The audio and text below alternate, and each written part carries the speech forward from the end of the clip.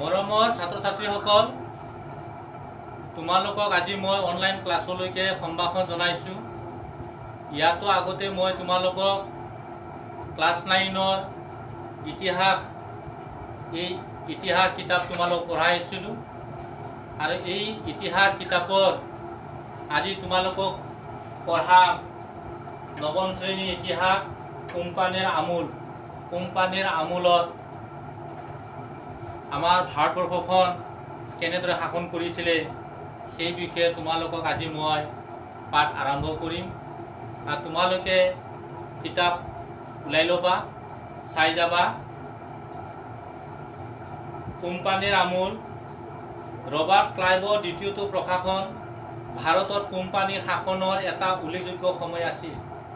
এই চোৱা সময়ত ব্ৰিটিছ ইষ্ট ইণ্ডিয়া কোম্পানীয়ে ৰাজশক্তি ৰূপে আইনগত স্বীকৃতি পাইছিল। আৰু কি কৈছে যে ৰবাৰ্ট ক্লাইভৰ দ্বিতীয়টো যিটো প্ৰশাসন আৰু ভাৰত কোম্পানী শাসনৰ এটা উল্লেখযোগ্য সময়। এই সময়ছোৱাত ব্ৰিটিছ ইষ্ট ইণ্ডিয়া কোম্পানী ৰাজশক্তি ৰূপে আইনগত স্বীকৃতি পাইছিল।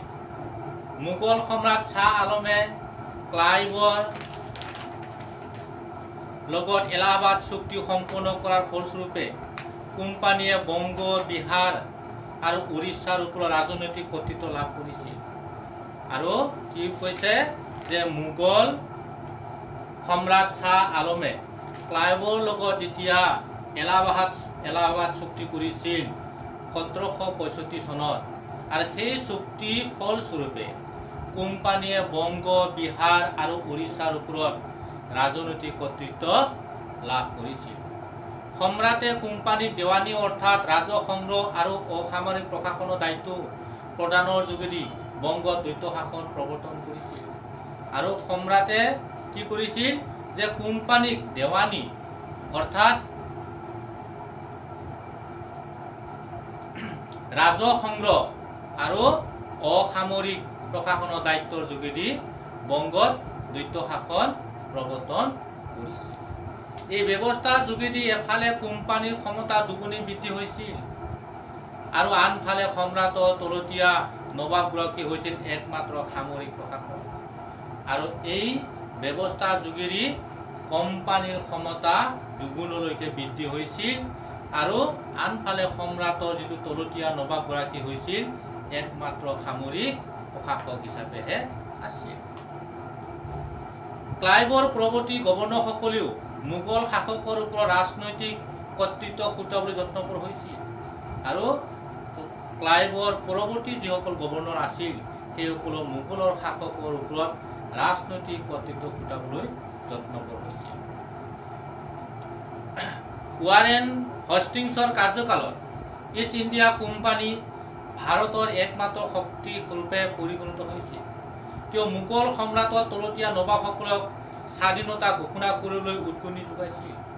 আৰু কি কৰিছিলে যে ৱাৰেন হেষ্টিংছৰ যেতিয়া কাৰ্যকাল হৈছিল, ইষ্ট ইণ্ডিয়া কোম্পানীৰ ভাৰতত একমাত্ৰ শক্তিৰূপে পৰিগণিত হৈছিল আৰু মোগলৰ সম্ৰাটৰ তলতীয়া নবাবসকলক স্বাধীনতা ঘোষণা কৰিবলৈ কি কৰিছিল উদগনি যোগাইছিল। হেষ্টিংছে প্ৰথমবাৰৰ বাবে নিজকে মোগল সম্ৰাটৰ লগত সমমৰ্যাদা দাবী তুলিছিল। পলাশী যুদ্ধৰ পিছত ভাৰতবৰ্ষত ইষ্ট ইণ্ডিয়া কোম্পানী শাসনৰ প্ৰথম চোৱাৰ সময়ৰ ভিতৰত কলিকতা, মুম্বাই আৰু মাদ্ৰাছ কোম্পানী শাসন কেন্দ্ৰ হিচাপে পৰিগণিত হৈছিল। আৰু পলাশী যেতিয়া যুদ্ধ হৈছিল আৰু সেই পলাশী যুদ্ধৰ পিছতে ভাৰতবৰ্ষত ইষ্ট ইণ্ডিয়া কোম্পানীৰ শাসনৰ সময়ছোৱাৰ ভিতৰত কলিকতা, মুম্বাই আৰু মাদ্ৰাছ কোম্পানীৰ শাসক কেন্দ্ৰ হিচাপে পৰিগণিত হৈ পৰিছিল। কেন্দ্ৰকেইটাৰ সৰ্বোচ্চ শাসকগৰাকীক প্ৰেচিডেণ্টৰ বিষয়বাব দিয়া হৈছিল। প্ৰেচিডেণ্টৰ তলতীয়া শাসন যন্ত্ৰটোক প্ৰেচিডেন্সি নামেৰে জনাজাত হৈছিল। 1773 খ্ৰীষ্টাব্দত ব্ৰিটিছ চৰকাৰে নিয়ন্ত্ৰণকাৰী আইনৰ যোগেদি বংগ প্ৰেচিডেন্সি গভৰ্ণৰক গভৰ্ণৰ জেনেৰেল উপাধিৰে স্বীকৃতি প্ৰদান কৰি মুম্বাই আৰু মাদ্ৰাছৰ গভৰ্ণৰ দুজনক বংগৰ গভৰ্ণৰ জেনেৰেল তলতীয়া কৰিছিল। আৰু কোম্পানীয়ে 1773 খ্ৰীষ্টাব্দত ব্ৰিটিছ চৰকাৰে নিয়ন্ত্ৰণকাৰী যিটো আইন ৰেগুলেটিং এক্ট এই যোগেদি বংগৰ প্ৰেচিডেন্সিৰ গভৰ্ণৰক গভৰ্ণৰ জেনেৰেললৈকে কি কৰিছিল উপাধিৰে স্বীকৃতি প্ৰদান কৰিছিল আৰু মুম্বাই আৰু মাদ্ৰাছৰ গভৰ্ণৰ দুজনক বংগৰ গভৰ্ণৰ জেনেৰেলৰ তলতীয়া কৰিছিল। এই ব্যৱস্থাটোৰ যোগেদি সমগ্ৰ ভাৰতবৰ্ষত কেন্দ্ৰীয় শাসনৰ সূচনা হৈছিল। 1784 খ্ৰীষ্টাব্দত পিতৰ ভাৰত আইনে ভাৰতত দুই খলপীয়া চৰকাৰ সৃষ্টি কৰিছিল।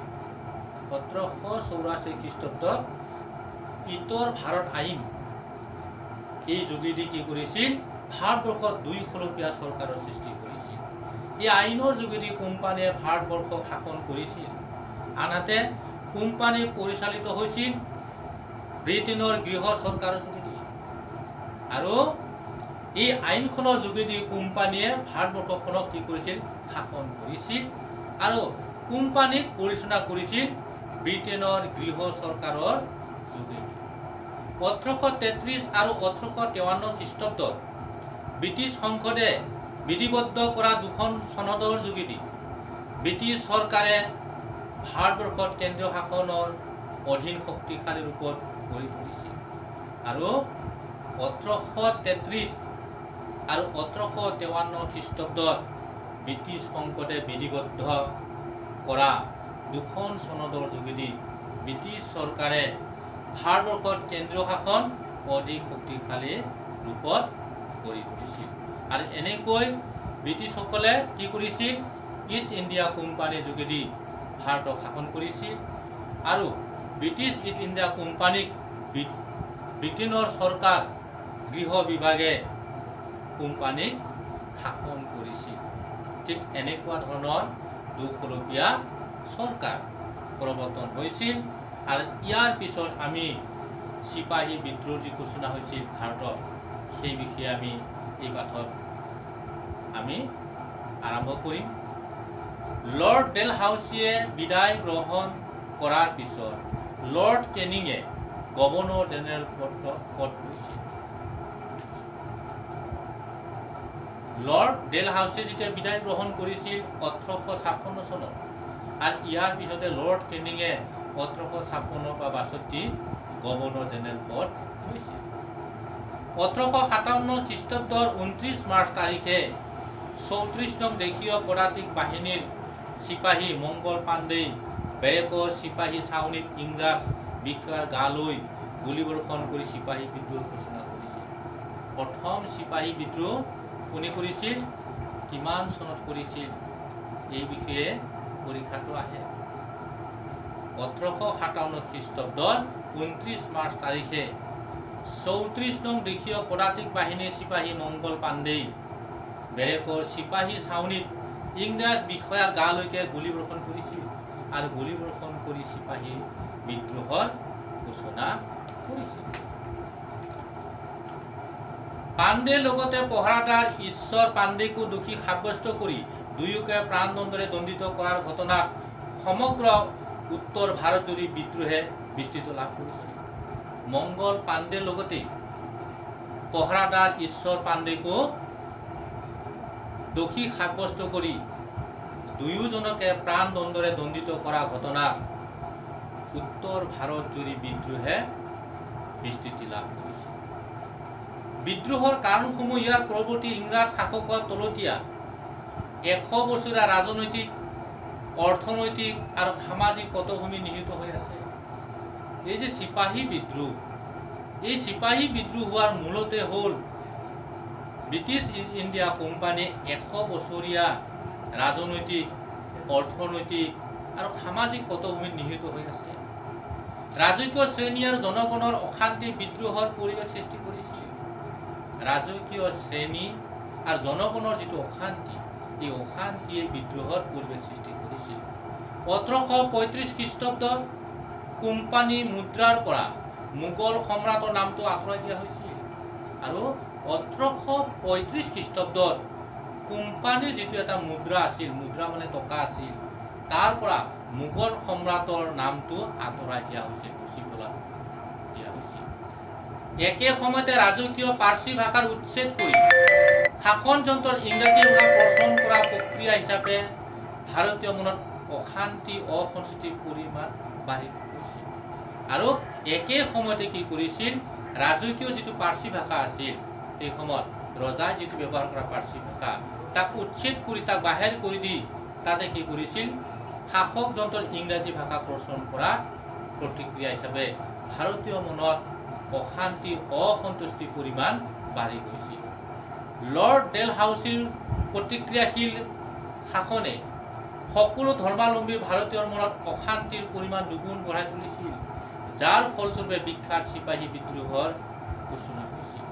আৰু লৰ্ড ডেলহাউছিৰ যিটো প্ৰতিক্ৰিয়াশীল শাসন আৰু সেই প্ৰতিক্ৰিয়াশীল শাসনৰ কাৰণে সকলো ধৰ্মাৱলম্বী ভাৰতীয় সকলৰ মনত অশান্তিৰ পৰিমাণ দুগুণ বৃদ্ধি হৈ গৈছিল আৰু যাৰ ফলস্বৰূপে চিপাহী বিদ্ৰোহৰ সূচনা হৈছিল।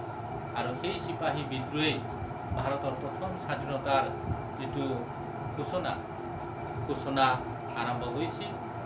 আৰু এই পাঠলৈকে তোমালোকক আজি মই পঢ়ুৱাই আজিৰ মই পাঠ সামৰণি মাৰিছোঁ।